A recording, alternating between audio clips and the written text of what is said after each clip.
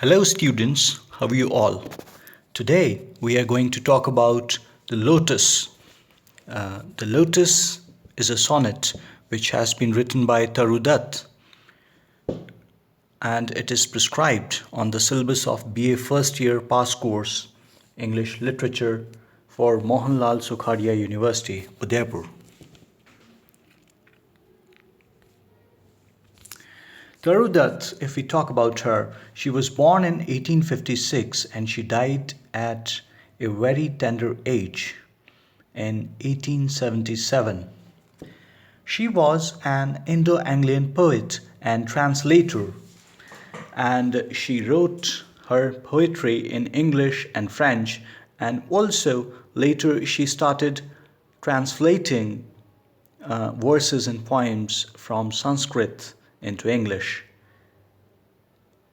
A chef glint in French fields, which came out in 1877, and Ancient Ballads and Legends of Hindustan 1882 are her two most celebrated volume of poems, in which the former is a translation of French poems. As far as the themes and subjects of her poetry are concerned, her poems are full of nostalgia. They are nostalgic. Nostalgic means they express her emotions. Personal as well as universal emotions are expressed in her, have been expressed in her poetry. And longing, loneliness, patriotism, and a sense of tragedy towards life are the major concerns of her poetry. As her sister Aru Dutt, and her brother Abju, they died at a very tender age. So a sense of loss, a sense of personal loss can be felt in her poetry and in her poems. But this is not the case with the poem The Lotus, which is written in a different mood altogether.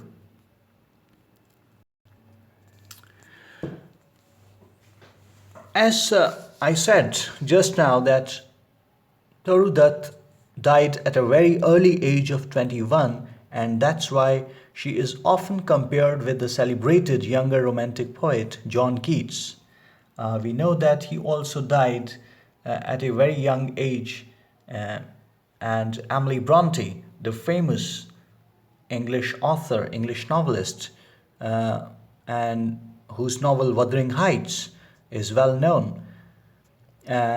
So comparisons are being made in India. Toru Dutt's comparison is made with John Keats and Emily Bronte, and it is said that had Toru Dutt lived longer than Keats and Emily Bronte, she would have excelled their excellence. She would have matched their excellence in literature. The Lotus is a sonnet. A sonnet, as we have already discussed in one of the videos in which I have talked about two Shakespearean sonnets. That a sonnet is a poem of 14 lines, and it is 14 lines, and there are two kinds of sonnets: Petrarchan sonnet and English sonnet. Petrarchan sonnet is written in two halves, octave and sisted. Octave means first 8 lines, and sisted is written in sisted means last 6 lines. So the two halves, the octave and the sisted, together form a Petrarchan sonnet. An English sonnet, on the other hand, is different from a Petrarchan sonnet, which we have already discussed in that video, in which I have discussed Like as the Waves and another sonnet by William Shakespeare, went to the sessions. So that is Shakespearean sonnet, or English sonnet, is written in 3 quatrains and a couplet. But while in sharp contrast to that, Petrarchan sonnet is written in octave and sisted, in first 8 lines and last 6 lines. The volta, the sudden turn of thought uh, that comes in the sestet, while in a Shakespearean sonnet, volta comes in the couplet. Often it comes in the couplet. The lotus. So let's first of all uh, read the text of the poem.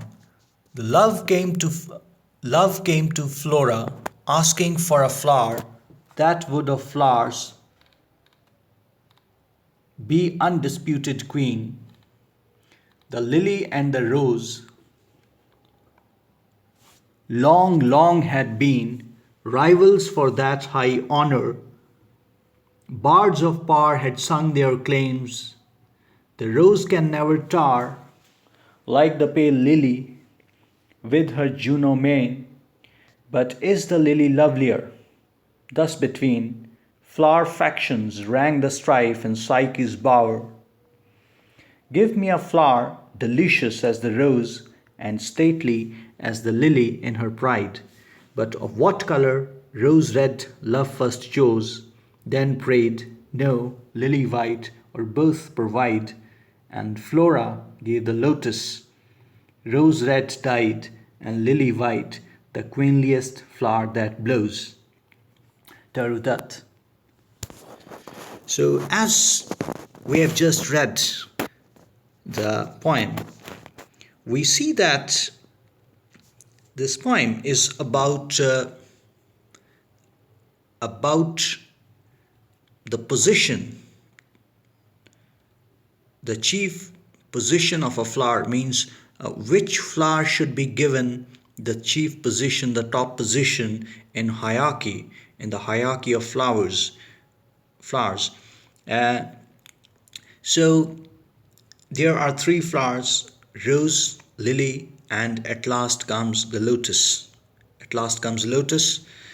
And we see that there are some gods and goddesses. Roman gods and goddesses are there, and so this is about flowers, and this is about their competition, their competing claims. Which flower should be regarded as an undisputed queen? So this poem was published in Toru Dutt's volume of poems, Ancient Ballads and Legends of Hindustan, which came out in 1882. In this sonnet, she extols the virtue of the lotus flower as being having the potential of being the most beautiful flower among all flowers. So Toru Dutt here gives precedence to a flower, priority to a flower which is Indian in origin. The supremacy of lotus over red rose and lily prioritizes the Indian culture. In this way, she gives priority to Indian culture. She augments Indian culture in this poem. So, as lotus has long been a cherished and sacred flower in Indian culture. So, lotus is thus viewed as combining the virtues of both rose and lily. In this poem, we see that lotus has been shown as a flower which has both the qualities. While rose is red and lily is white, then lotus is pink. Lotus is pink, or it has a pale, we can say a color. It bears a color which is a combination, a mixture of both colors. It is neither red nor white, but it has a red shade, and also it has a white shade in it. So it is a combination of two. So the dispute can be solved in this way. So in this poem we see that love, the idea of love, it has been personified. Love has been personified. But here love can also stand for Venus or Aphrodite. Venus in Roman mythology is the goddess of love, while Aphrodite in Greek mythology is also the goddess of love. So we can treat it in two ways. First, that love has been personified, or by love it is meant either Venus or Aphrodite. So, Venus or Aphrodite or love personified came to Flora, the goddess of vegetation in Greek mythology. Flora, the Roman goddess of vegetation and flowering, and Juno. Juno is Juno's beauty. Juno main means here Juno's beauty, attitude, and her demeanor. Juno is the chief Roman goddess. She is the biggest goddess among all goddesses of Roman mythology, and she represents all the aspects of a woman's life. And Psyche. Psyche in classical mythology is an outstandingly beautiful princess who ignited love in Cupid for her, and she also inflamed feeling of envy, means jealousy, in Venus, Cupid's mother. Cupid fell in love with Psyche, while Venus got angry with her and she also got jealous of her. And Cupid is the god of love in Roman mythology. So it is to be noted how Toru Dutt makes use of Roman mythology in this poem, in which cultural connections of Lotus with India have also been put into this poem, and in this way it becomes an intercontinental poem, a we can say a cosmopolitan poem, a poem with a cosmopolitan atmosphere, environment, which seems to be celebrating the idea of plurality. So Cupid is god of love in Roman mythology, and Lotus is a unique combination of opposing qualities which make the beholder attractive and powerful. Because Lotus has opposing qualities. On the one hand, it remains in muck. On the other hand, it grows out of muck and mud and out of water. However muddy is the water, it doesn't matter, but it grows, it blooms in that water. So it has opposing qualities, we can say.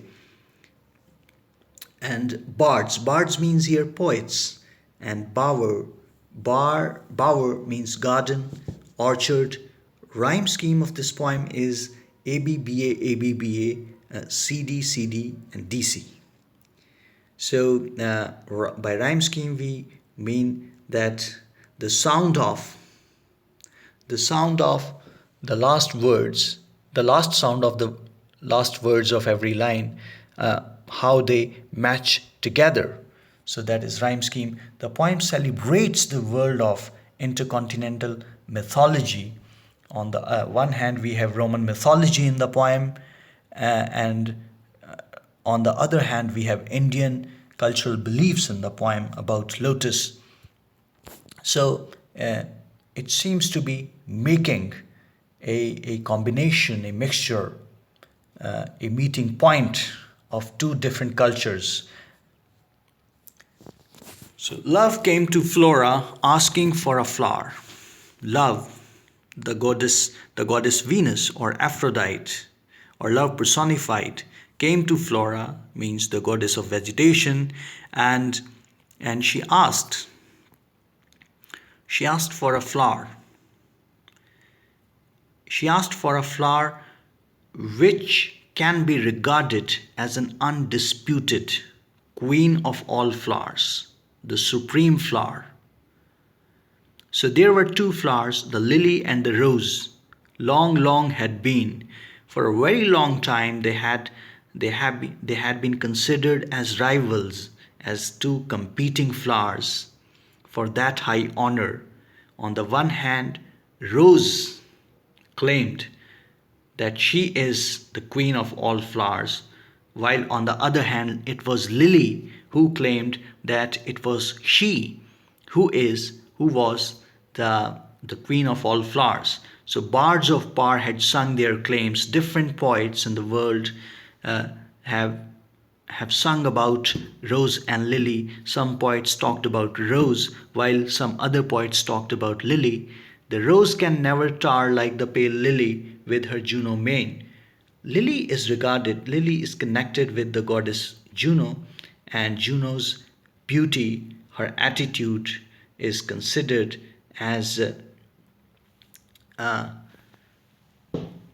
can be regarded as greater than other goddesses because she is the supreme goddess among all Roman goddesses. So,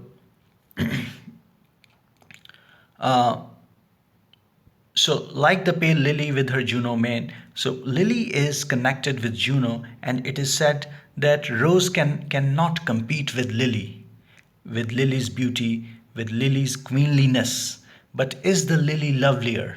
But now the question arises whether it is Lily who is actually the most beautiful flower, who actually is the queen of all flowers.